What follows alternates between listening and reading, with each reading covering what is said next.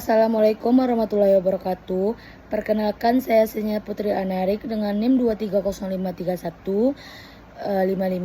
Baik, di sini saya akan menjawab soal UAS Manajemen Sumber Daya Manusia pada soal nomor 3 dan nomor 5. Pertanyaan dari soal nomor 3 yang pertama yaitu serikat pekerjaan yang tergabung dalam Majelis Pekerjaan Buruh Indonesia menuntut agar perusahaan asing mematuhi hukum yang berlaku di Indonesia, khususnya hukum ketenagakerjaan.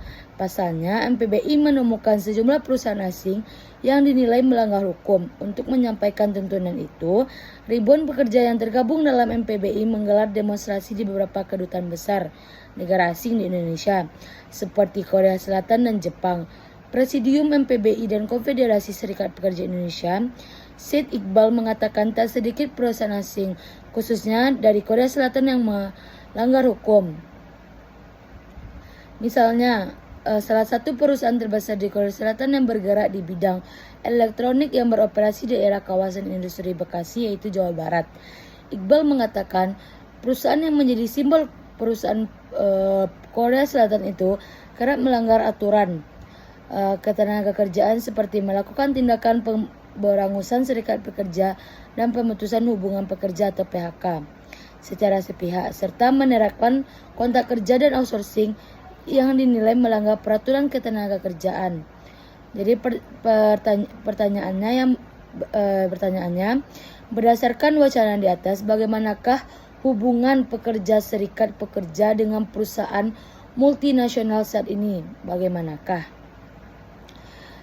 Berdasarkan wacana yang diberikan, hubungan antara pekerja serikat pekerja dan perusahaan multinasional di Indonesia, khususnya perusahaan asing dari Korea Selatan dan Jepang, ditandai oleh konflik.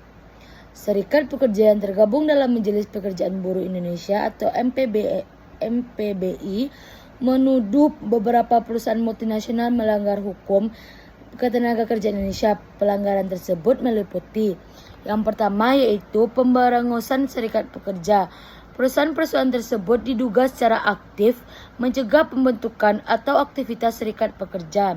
Yang kedua yaitu pemutusan hubungan kerja atau PHK sepihak. Karyawan yang di PHK tanpa alasan yang sah atau prosedur yang tepat. Yang terakhir yaitu penggunaan kontrak kerja dan outsourcing yang melanggar peraturan. Praktik-praktik ini diduga digunakan untuk menghindari kewajiban perusahaan terhadap karyawan.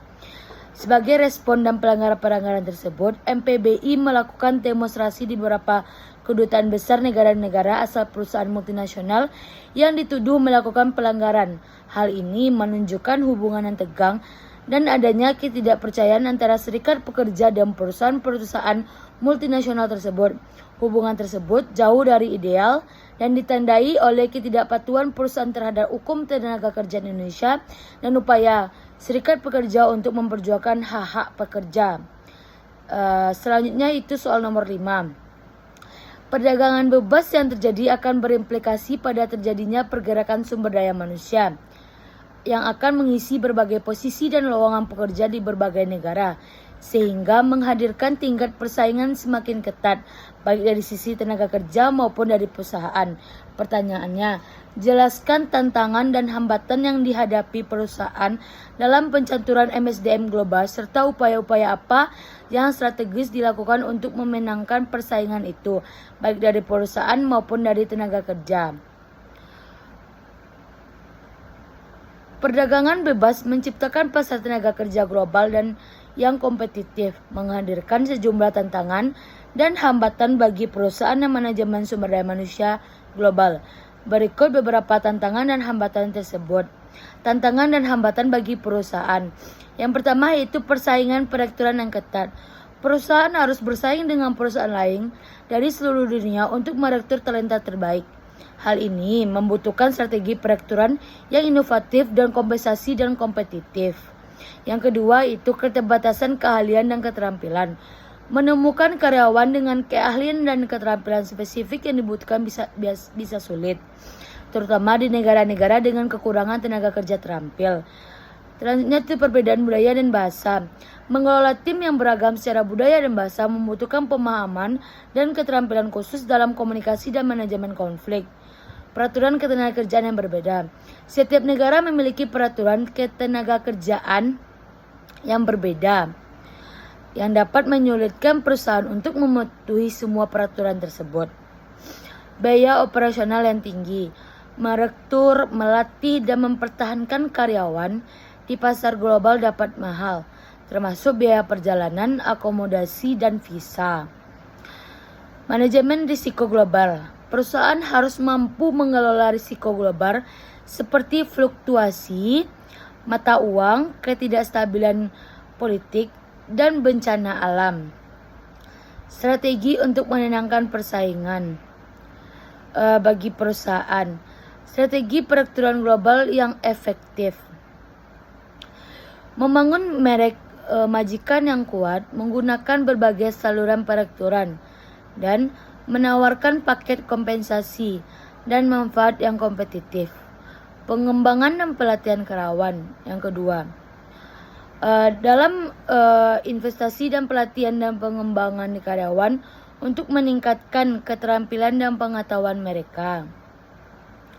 Selanjutnya itu manajemen keberagaman dan inklusi. Membangun budaya kerja yang inklusif dan menghargai keberagaman. Jadi yang dapat disimpulkan dari pertanyaan nomor 3 dan 5. Jadi perdagangan tantangan dan hambatan bagi perusahaan itu dapat persaingan produktif yang ketat, keterbatasan dan aliran keterampilan, perbedaan budaya dan bahasa, peraturan ketenagakerjaan yang berbeda, biaya operasional yang tinggi, dan manajemen risiko global.